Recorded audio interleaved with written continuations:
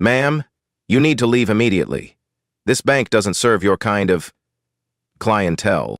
The security guard's hand moved toward his radio.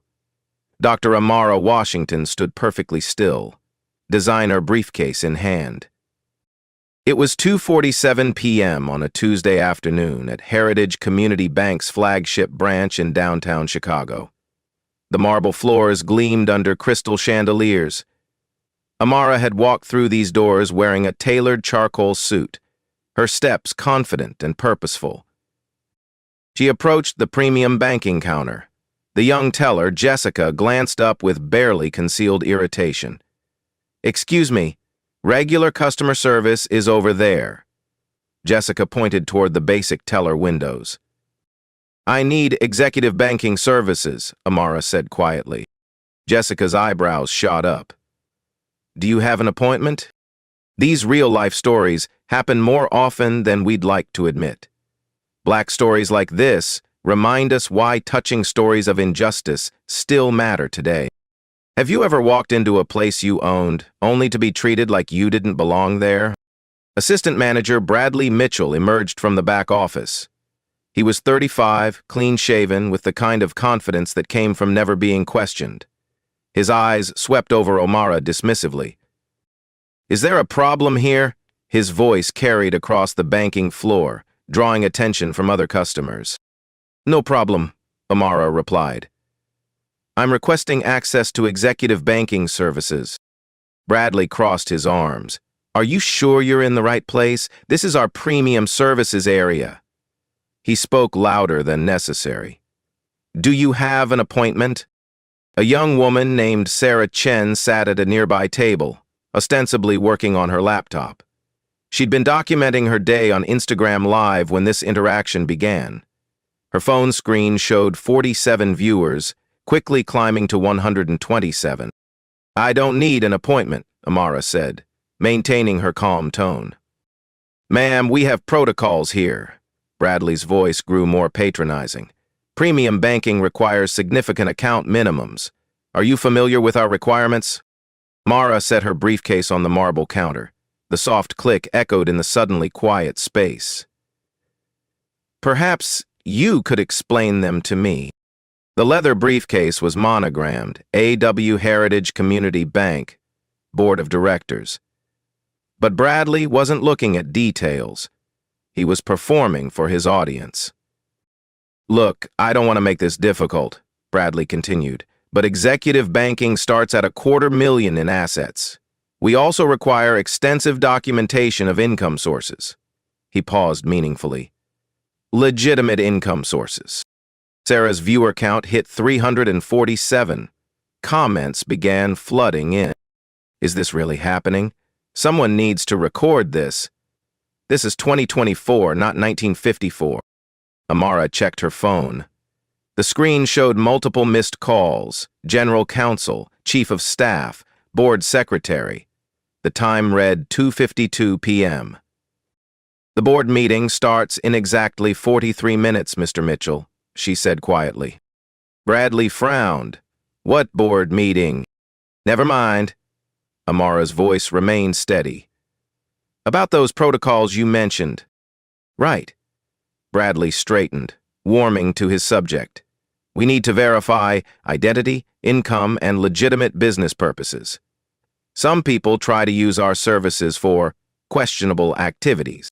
Regional Manager Patricia Kane appeared beside Bradley.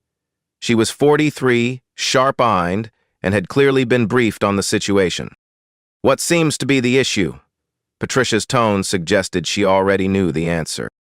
"This woman is requesting executive services without proper documentation," Bradley explained. "I'm trying to explain our requirements." Patricia nodded approvingly. "We have to be careful about suspicious activity. The regulators are very strict about know-your-customer requirements." Amara opened her wallet to retrieve her identification. A flash of platinum caught the light, an American Express Centurion card, visible for just a moment before she selected her driver's license. "Here's my identification," she said, sliding it across the marble surface. Patricia barely glanced at it. We'll also need proof of funds, employment verification, and a detailed explanation of your business with Heritage Bank.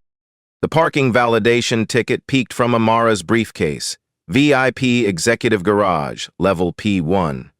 Only board members and C-suite executives had access to that garage. Sarah's live stream hit 891 viewers. The comments were becoming more heated. This is discrimination, plain and simple. Someone call the news. What bank is this? They need to be exposed. I understand you have procedures, Amara said, but I'm simply trying to access services at my own bank. Your bank? Bradley laughed. Ma'am, this is Heritage Community Bank. We've been serving Chicago's business community for 75 years. Yes, Amara replied. I'm aware of the history. Patricia stepped closer. Look, we're trying to be accommodating, but you're being evasive. If you can't provide proper documentation, we'll have to ask you to leave. District Manager Robert Hayes appeared on the teller's video screen. He'd been patched in from the regional office. His face filled the monitor behind the counter. What's the situation? Hayes demanded. Individual requesting executive services without proper credentials, Patricia reported. She's being uncooperative.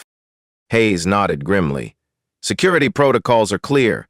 If someone can't verify their legitimate business need, they need to be removed. 2 security guards had positioned themselves near the exits. The elderly Mrs. Roosevelt, a long-time customer, watched from the seating area with growing concern. Young man, Mrs. Roosevelt called to Bradley, perhaps you should check your records before making assumptions.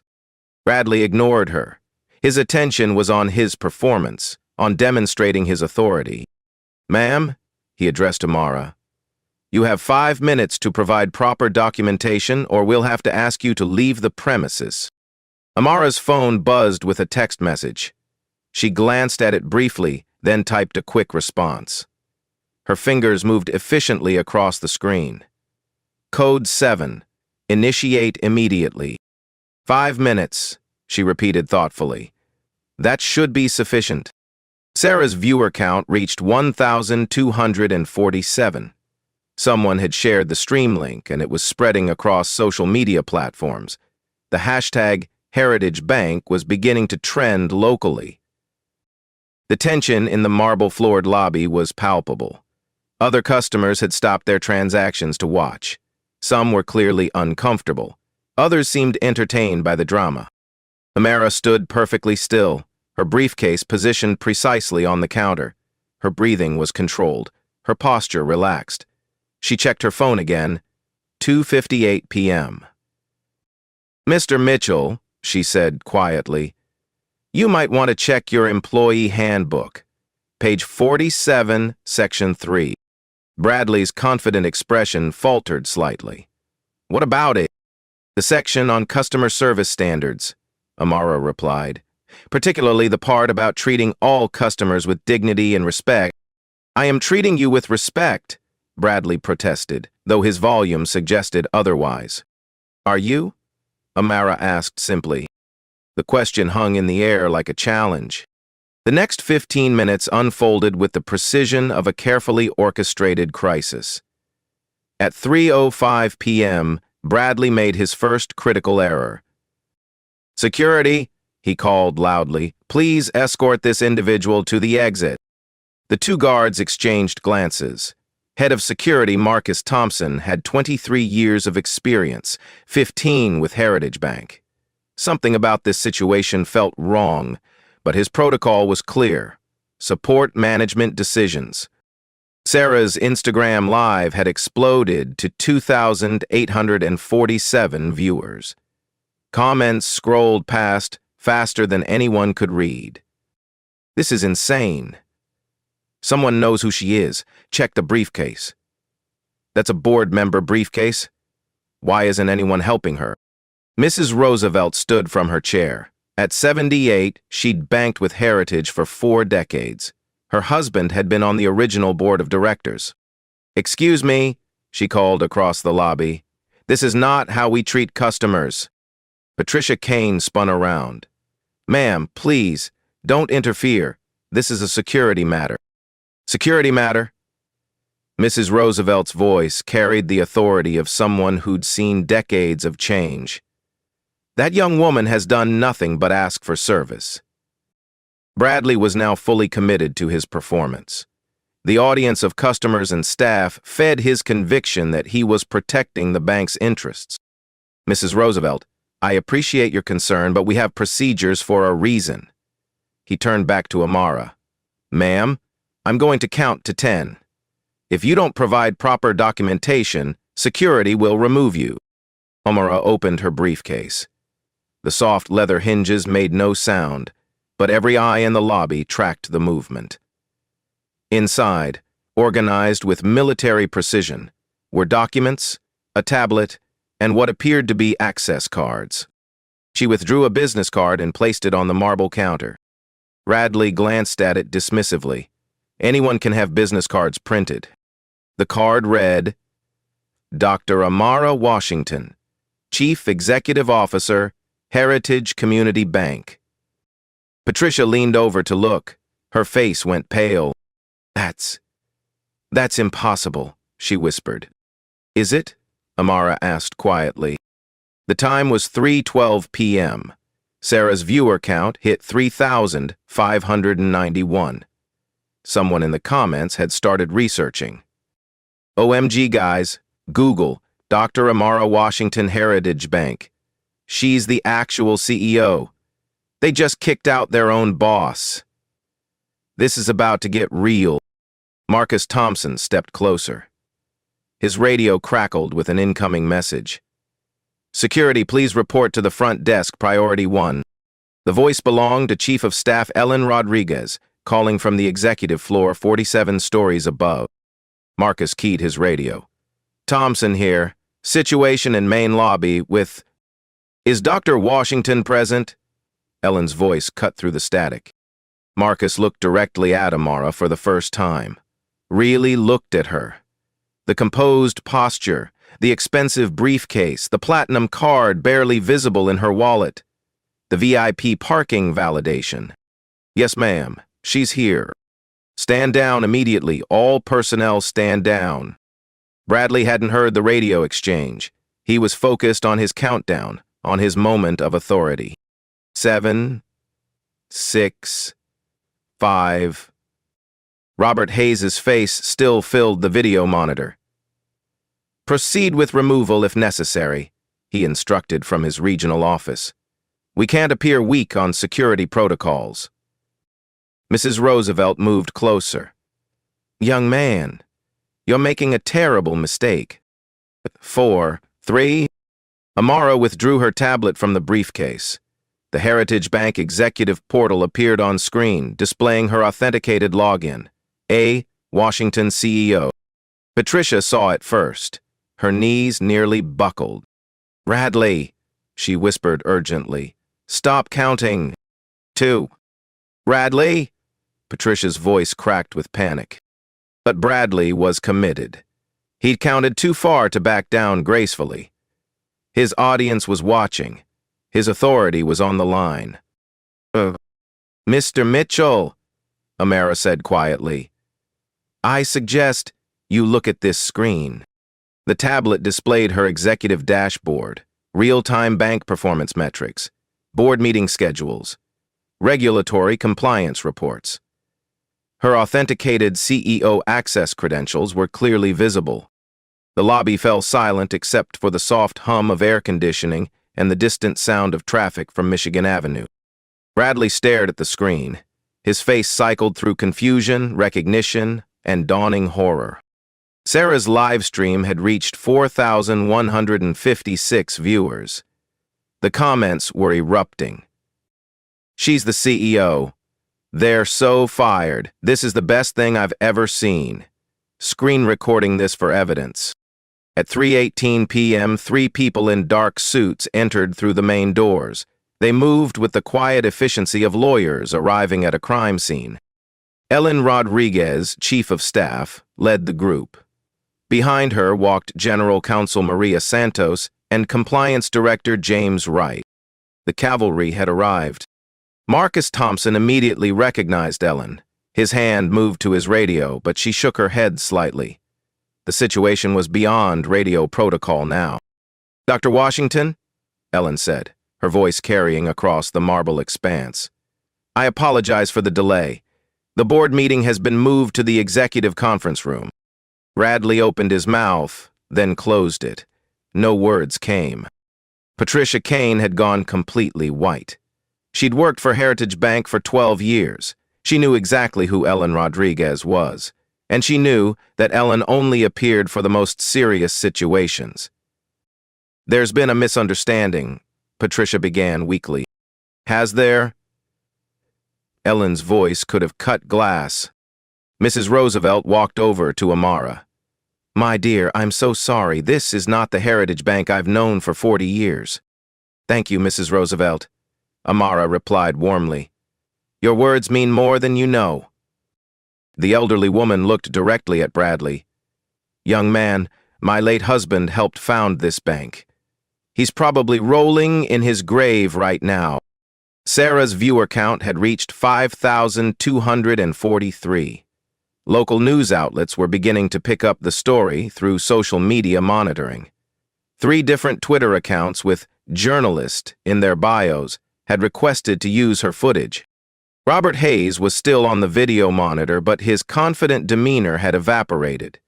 Someone at the regional office had clearly briefed him on developments. "Dr. Washington," his voice came through the speakers. There seems to have been a communication breakdown." Amara looked directly at the camera. "Mr. Hayes, we'll discuss communication breakdowns in detail, very soon." The time was 3:23 p.m. The board meeting was scheduled for 3:30 p.m., but Amara had a different timeline in mind now. She typed a message on her tablet. Board meeting moved to 4:00 p.m. Emergency session. Full attendance required. Ellen nodded and began making calls. James Wright, the compliance director, was already documenting everything. His tablet captured timestamps, witness names, and regulatory implications. The Fair Housing Act, Equal Credit Opportunity Act, and Community Reinvestment Act all had specific provisions about discriminatory treatment. The FDIC took such violations very seriously. "Mr. Mitchell," Amara said finally, "you mentioned protocols. Let's discuss those in detail. All of them." Bradley's career at Heritage Bank had exactly 37 minutes remaining, though he didn't know it yet. At 3:25 p.m., Dr. Amara Washington opened her briefcase completely. The organized contents told a story that Bradley Mitchell was only beginning to comprehend. Board meeting agendas, regulatory correspondence, executive reports, and a lanyard with her CEO identification badge lay arranged with military precision. She lifted the badge and clipped it to her suit jacket. The Heritage Bank logo gleamed under the crystal chandeliers. Below it, in clear lettering, Dr. Amara Washington, Chief Executive Officer. Sarah's Instagram Live had reached 6,892 viewers. The comment stream had become a river of shocked reactions. "No freaking way, she's been the CEO this whole time. They literally just discriminated against their own boss. This is going viral for sure." Bradley stared at the badge. His brain struggled to process what his eyes were seeing. This couldn't be real. CEOs didn't just walk into branches unannounced. They had assistants, security details, advanced teams. That's impossible," he stammered. "Is it?" Amara asked. Her voice remained calm, but there was steel beneath the silk now. Ellen Rodriguez approached the group. "Dr. Washington, the executive team is assembling. Legal is reviewing the footage from the past 30 minutes. "Footage?" Patricia's voice was barely a whisper. James Wright looked up from his tablet. "All Heritage Bank locations have continuous video surveillance. Everything that happened here has been recorded in high definition with full audio." The color drained from Bradley's face. Maria Santos, General Counsel, joined the conversation. We also have multiple social media documentation, witness statements, and time-stamped evidence of discriminatory treatment. She looked directly at Bradley and Patricia. The Fair Housing Act of 1968, as amended, specifically prohibits discrimination in banking services based on race, color, religion, or national origin. The Equal Credit Opportunity Act extends these protections further. Mrs. Roosevelt had remained near the group, witnessing history unfold. "In my 40 years with this bank, I've never seen anything like this," she said, shaking her head. Marcus Thompson, the head of security, approached Amara directly. "Dr. Washington, I want to apologize. If I had recognized you immediately—" "Mr. Thompson," Amara interrupted gently, "you were following the instructions of your supervisors. This isn't about recognition. It's about how we treat all customers." Robert Hayes's voice crackled through the video monitor speakers. "Dr. Washington, there's clearly been a misunderstanding. Perhaps we could handle this internally?" "Mr. Hayes," Amara's voice cut through his attempt at damage control. "We'll be discussing your role in this situation. I suggest you review the video footage of your instructions to proceed with removal if necessary." The regional office had gone silent. Bradley finally found his voice. I had no idea, ma'am. Dr. Washington, I was just following protocols." "No, Mr. Mitchell, you weren't following protocols. You were following assumptions." Amara's tone remained measured, but her words carried devastating precision. "Tell me, what specific protocol requires you to question a customer's legitimate business need based on their appearance?" Bradley opened his mouth, then closed it. There was no protocol for what he'd done. "What policy allows you to demand proof of legitimate income sources from someone requesting basic banking services?" Silence. "Which section of the employee handbook authorizes you to speak loudly about a customer's creditworthiness in front of other patrons?" Patricia tried to intervene.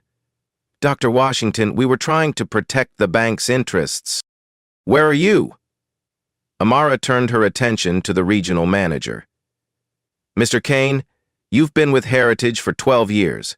In that time, how many white customers have you required to prove their income was legitimate before opening an account?" Patricia's silence was answer enough. The tablet in Amara's hands chimed with incoming data. "Mr. Wright, what do our discrimination complaint statistics show for the past 6 months?" James Wright consulted his device.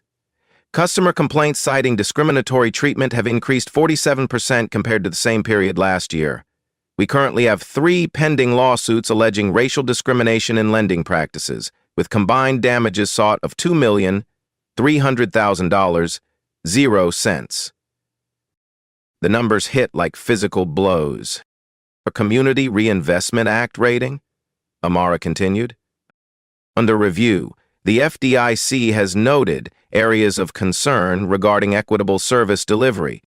Sarah's viewer count had crossed 8,000. Someone had shared the stream link on Twitter, where Harita's bank was trending nationally. Local news outlets were dispatching crews. Ellen Rodriguez's phone buzzed with urgent messages. "Dr. Washington, Channel 7 News is requesting a statement. The Tribune wants an interview. Social media mentions are spiking across all platforms." At 3:32 p.m., Amara made a decision that would reshape Heritage Bank's future. "Mr. Rodriguez, please contact all board members. Emergency session at 4 a.m. p.m. Full attendance required." She paused, looking around the marble lobby. "And contact our crisis management team. We're going to need them." She turned to Maria Santos. "What's our legal exposure?" "Significant," the general counsel replied. "Federal civil rights violations, potential class action liability, regulatory sanctions.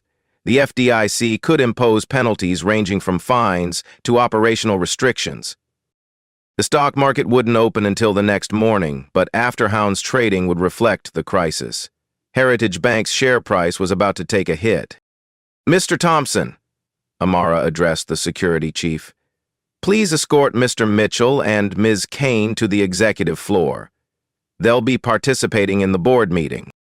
Bradley's legs nearly gave out. The board meeting? Yes, Mr. Mitchell. You wanted to discuss protocols. We're going to discuss them in detail. All of them. Mrs. Roosevelt approached Amara one final time. My dear, I've seen a lot of changes in my years, but watching you handle this with such grace. Your parents raised you right. Thank you, Mrs. Roosevelt. That means everything. The elderly woman looked at Bradley with sad disappointment. Young man, you had a chance to serve someone remarkable today. Instead, you chose to judge her. That's not just poor customer service. That's poor character. Sarah ended her Instagram Live at 3:37 p.m. Her final viewer count, 9,847. The footage had been screen recorded by dozens of viewers and was already spreading across multiple platforms. She approached Amara before leaving. Ma'am, Dr. Washington, I just want to say that what I witnessed here was wrong.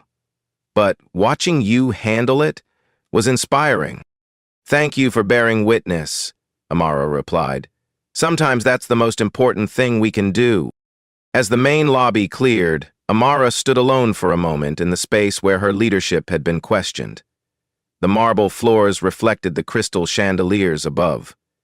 The Heritage Bank logo on the wall proclaimed 75 years of service to the community. Ellen Rodriguez approached. Dr. Washington, the executive elevators are waiting. In a moment, Amara walked to the customer service area where Jessica, the young teller, stood frozen behind her window. Jessica, she said gently. The young woman looked up with tears in her eyes. Dr. Washington, I'm so sorry. I should have recognized you. I should have... Jessica, you did nothing wrong. You directed me to what you believed was the appropriate service area. That's not discrimination. That's confusion about process. Amara paused. But what happened after that? That's what we need to change. At 3:42 p.m., Dr. Amara Washington entered the executive elevator. The board meeting would begin in 18 minutes. But the real reckoning was just beginning. The 47th floor of Heritage Bank Tower buzzed with the controlled chaos of a corporate crisis. At 3:55 p.m., the executive conference room filled with the most powerful people in Chicago banking. 12 board members took their seats around the polished mahogany table. Legal counsel occupied the side chairs. HR Director Margaret Foster sat beside Chief Compliance Officer James Wright, both reviewing documents with grim efficiency. Dr. Amara Washington entered at exactly 4:00 p.m., followed by Bradley Mitchell and Patricia Kane, who looked like they were walking to their own executions. Marcus Thompson had escorted them upstairs in the most uncomfortable elevator ride of their careers. Neither had spoken a word. Board Chairman David Sterling called the emergency session to order. At 68, he'd served Heritage Bank for 32 years and had never convened a meeting under these circumstances. Ladies and gentlemen, we're here to address a serious incident that occurred in our flagship branch approximately 1 hour ago. His voice carried the weight of impending catastrophe. Dr. Washington will brief us on the situation. Amara activated the room's presentation system. The first slide displayed real-time social media analytics. Instagram live viewers, 9,847 peak concurrent. Twitter mentions of Heritage Bank, 47,000 in 2 hours. Facebook shares of incident footage, 12,000 and climbing. YouTube uploads of screen recordings, 23 different channels. The numbers speak for themselves, she began. What started as customer service has become a public relations nightmare. Board member Catherine Liu, who headed the Risk Management Committee, leaned forward. What exactly happened? The main screen switched to security footage from the bank lobby. Timestamp 2:47 p.m. They watched in silence as events unfolded. Amara's calm professionalism, Bradley's escalating aggression, Patricia's supportive discrimination. The moment when customers began recording. When the footage ended, the conference room remained silent for 30 seconds. "Jesus Christ," whispered board member Robert Chen. "The legal implications are severe," Maria Santos began her analysis. "We have clear documentation of discriminatory treatment in violation of multiple federal statutes." She displayed a comprehensive legal breakdown. Federal violations. Fair Housing Act of 1968, as amended. Equal Credit Opportunity Act of 1974. Community Reinvestment Act of 1977. Potential penalties. FDIC fines $50,000, 0 cents to $500,000, 0 cents per violation. Civil lawsuits, unlimited damages. Regulatory sanctions. Operating restrictions or license suspension. Current financial exposure. Existing discrimination lawsuits, $2,300,000, 0 cents in claimed damages. New potential class action, $15, 0 cents, $50 million estimated exposure. Crisis management costs $340,000, 0 cents for immediate response. Stock price impact, projected 8-12% decline at market open. Board member Jennifer Walsh, who chaired the audit committee, addressed Bradley directly. "Mr. Mitchell, can you explain your actions?" Bradley stood shakily. His confidence had evaporated completely. I thought I was following protocol. We're supposed to verify customers and prevent suspicious activity." "What made Dr. Washington's presence suspicious?" Walsh pressed. She didn't look like..." Bradley's voice trailed off as he realized the trap. "Didn't look like what, Mr. Mitchell?" Silence. Patricia Kane tried to support her subordinate.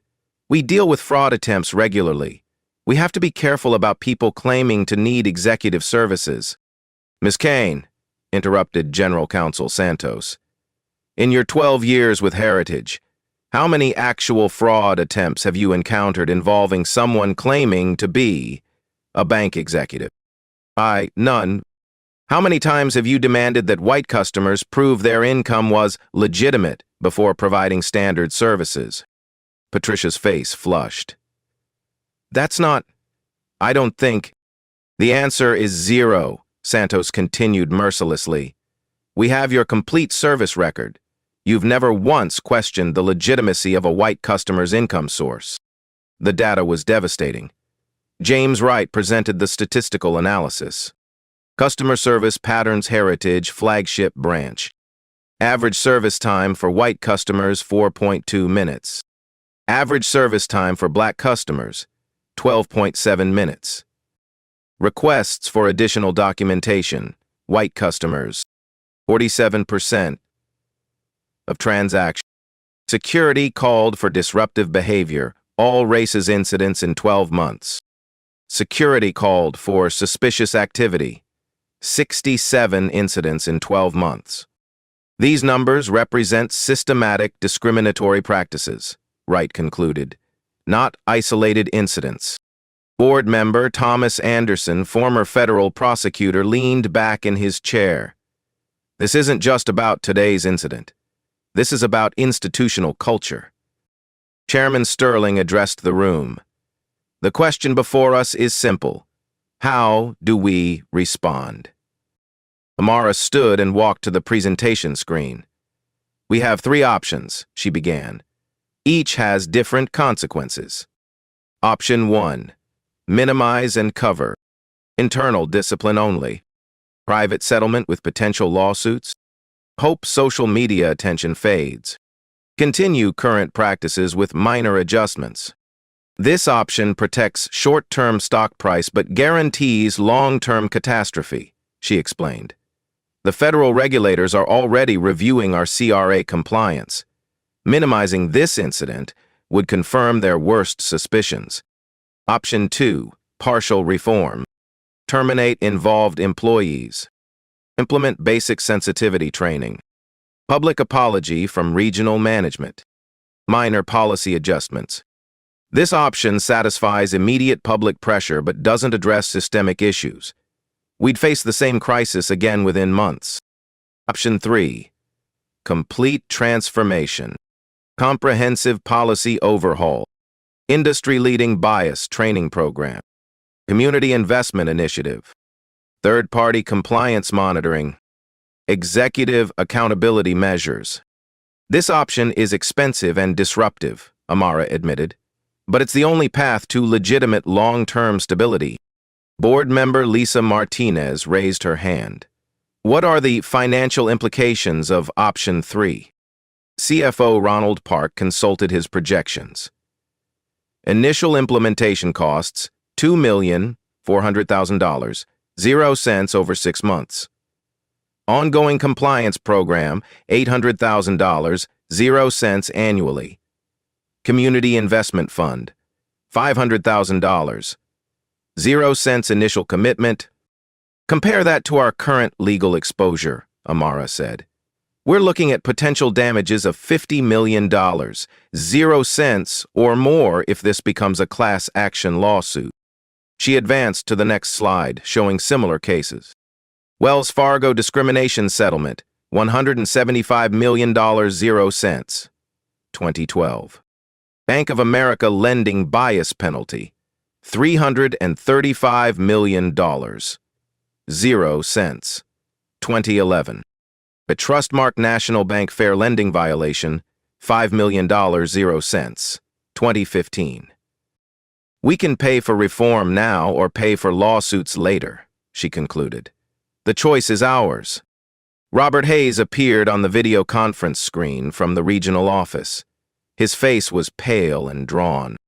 Mr. Hayes, Chairman Sterling addressed him. You instructed branch personnel to proceed with removing Dr. Washington from the premises. Explain. Hayes shifted uncomfortably. I was supporting our managers based on their assessment of the situation. I didn't have complete information. You had video feed, Amara interrupted. You could see exactly what was happening. You chose to escalate rather than de-escalate. The room fell silent as the implications sank in. Regional management had actively supported discriminatory treatment. Margaret Foster, the HR director, presented termination recommendations. Immediate terminations. Bradley Mitchell, discriminatory conduct, violation of customer service standards. Patricia Kane, supporting discrimination, failure of management oversight. Robert Hayes, escalating discriminatory treatment, disciplinary actions. Marcus Thompson, security warning for delayed recognition of situation. Remedial training, no disciplinary action. Board member Catherine Liu asked the critical question. Dr. Washington, what's your recommendation?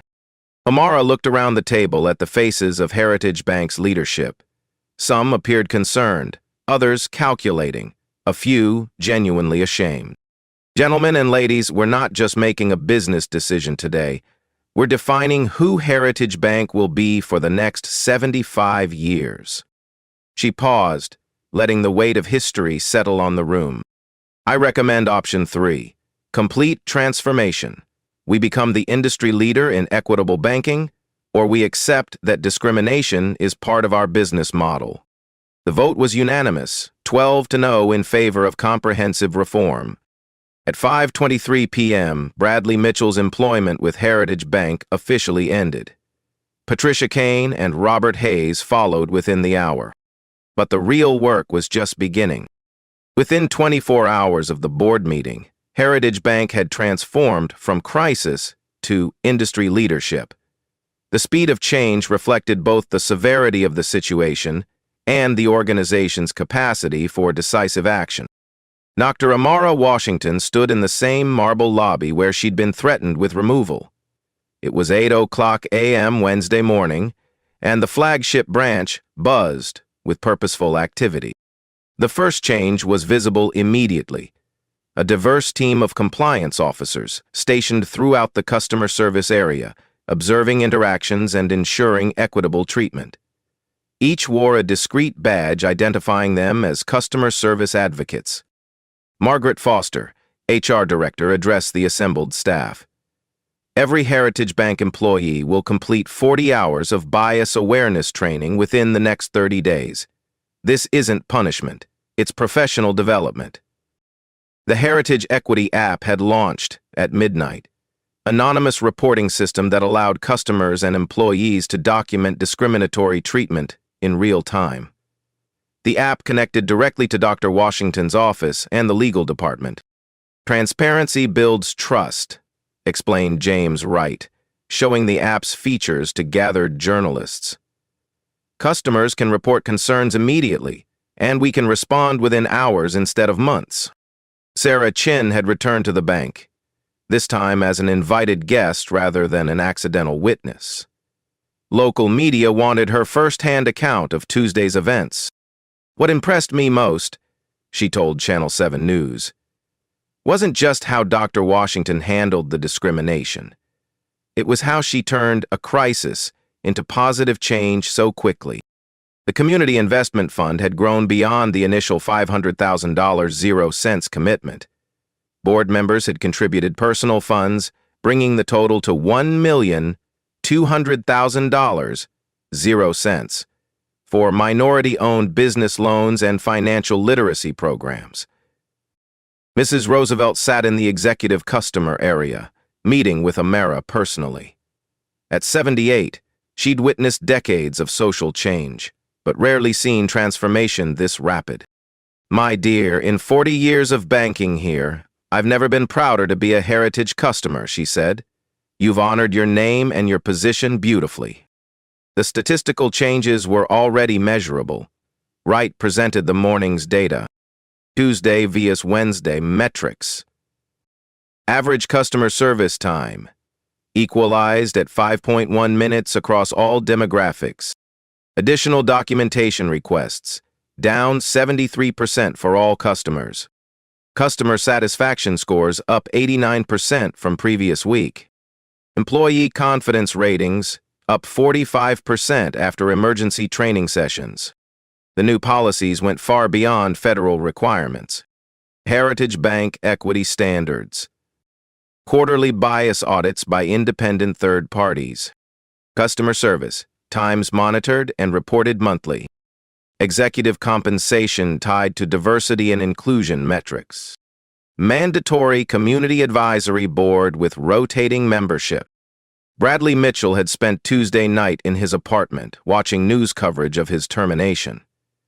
Local stations had picked up Sarah's Instagram footage, and his behavior was being analyzed on multiple platforms. Wednesday morning brought an unexpected phone call from Dr. Washington's office. Mr. Mitchell. Ellen Rodriguez's voice was professional, but not unkind. Dr. Washington would like to offer you an opportunity for personal growth. The opportunity was enrollment in a comprehensive diversity education program, fully funded by Heritage Bank. 6 months of intensive training, counseling, and community service with guaranteed job placement upon successful completion. It's not about punishment, Amara explained when they met that afternoon. It's about transformation. You have a choice. Learn from this experience or let it define you negatively. Bradley accepted the program. His first assignment was volunteering at Southside financial literacy workshops, helping families understand banking services without judgment or assumptions. Patricia Kane received a similar offer, though she declined. Her 12-year career at Heritage Bank ended with a standard termination package and a recommendation that she seek diversity training independently. Robert Hayes faced the harshest consequences. His regional position was eliminated, and his behavior during the crisis became a case study in management training programs across the banking industry. The FDIC investigation concluded within 2 weeks. Rather than penalties, Heritage Bank received commendation for its rapid response and comprehensive reforms. The Community Reinvestment Act rating improved from needs improvement to satisfactory within 60 days. Stock price impact was minimal. Initial after-house trading showed a 3.2% decline, but by Friday morning, shares had recovered and gained 1.7%, as investors recognized the crisis management effectiveness. Jessica, the young teller, flourished under the new system. Her natural empathy, properly channeled through training, made her the branch's top-rated customer service representative within a month.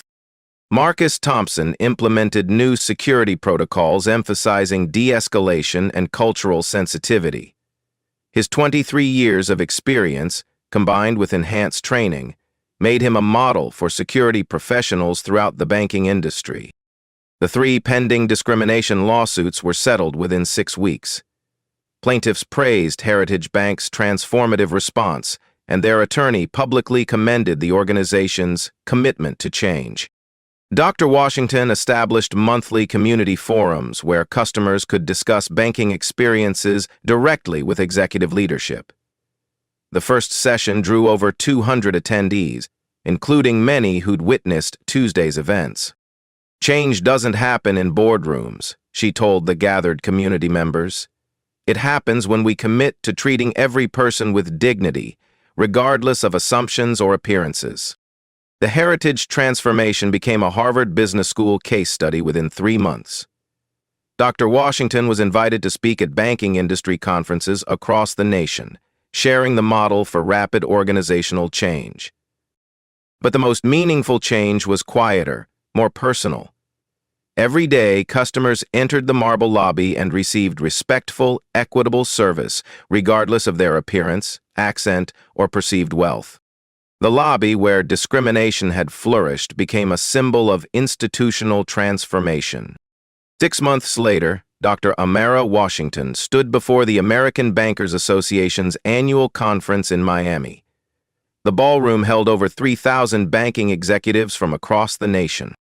Her presentation title, "From Crisis to Culture, Leading Institutional Change in Real Time." The Heritage Bank transformation had become legendary in banking circles, not just for its speed, but for its authenticity. Other institutions were implementing similar programs, creating a ripple effect across the financial industry. "Leadership isn't about avoiding mistakes," she told the assembled executives. "It's about how we respond when our values are tested." The statistics spoke volumes.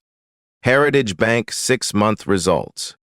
Customer satisfaction up 127% across all demographic groups. New account openings increased 89% in underserved communities. Employee retention improved 76% following culture change. Community investment, $2,800,000, 0 cents, deployed in minority business loans. Industry recognition awarded Banking Excellence in Diversity by 3 professional organizations. Sarah Chen had parlayed her accidental documentation into a career in social justice journalism. Her Instagram account, now followed by 847,000 people, continued highlighting stories of discrimination and positive change. She'd interviewed Dr. Washington multiple times, always asking the same final question: what would you tell someone facing discrimination today? Document everything. Find your voice. Remember that silence enables injustice, but speaking truth creates change. Mrs. Roosevelt had become Heritage Bank's unofficial community ambassador.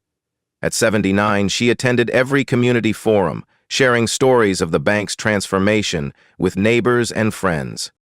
"I've seen a lot of history," she often said, "but watching one person's courage change an entire institution, that's something special."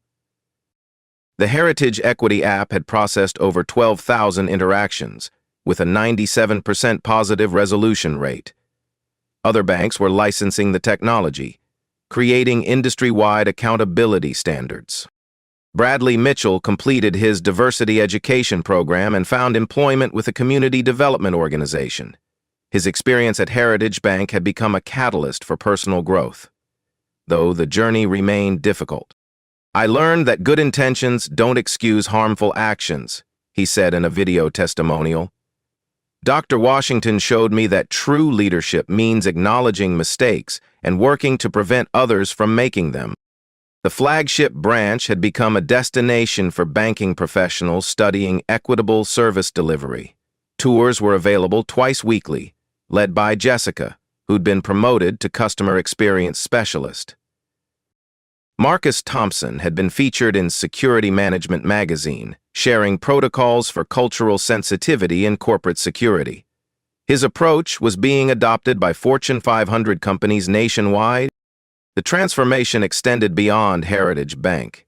Industry-wide changes included federal banking regulators adopting Heritage's bias audit standards, 20 major banks implementing similar equity apps, Banking Association developing mandatory diversity training requirements, community investment funds increasing by $47 million across participating institutions. Dr. Washington's influence reached beyond banking.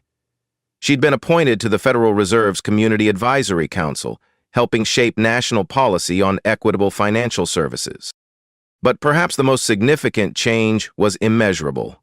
The daily interactions between banking professionals and customers who might have been judged, dismissed, or discriminated against in the past. These touching stories of transformation remind us why Black stories and life stories like Dr. Washington's matter. Real-life stories of courage and leadership create the change we need in our communities. Every day, someone walks into a business, school, or organization where they might not be welcomed. Every day, someone has the choice to perpetuate bias or challenge it. Dr. Washington's story proves that one person's response to injustice can transform entire institutions. What injustices have you witnessed? What discrimination have you experienced? Share your stories in the comments below. Your voice matters. Your experience can inspire change. Subscribe for more life stories that prove justice and intelligence can overcome prejudice and ignorance. Share this video with someone who needs to see that positive change is possible. Together, we create the world where everyone receives the dignity and respect they deserve.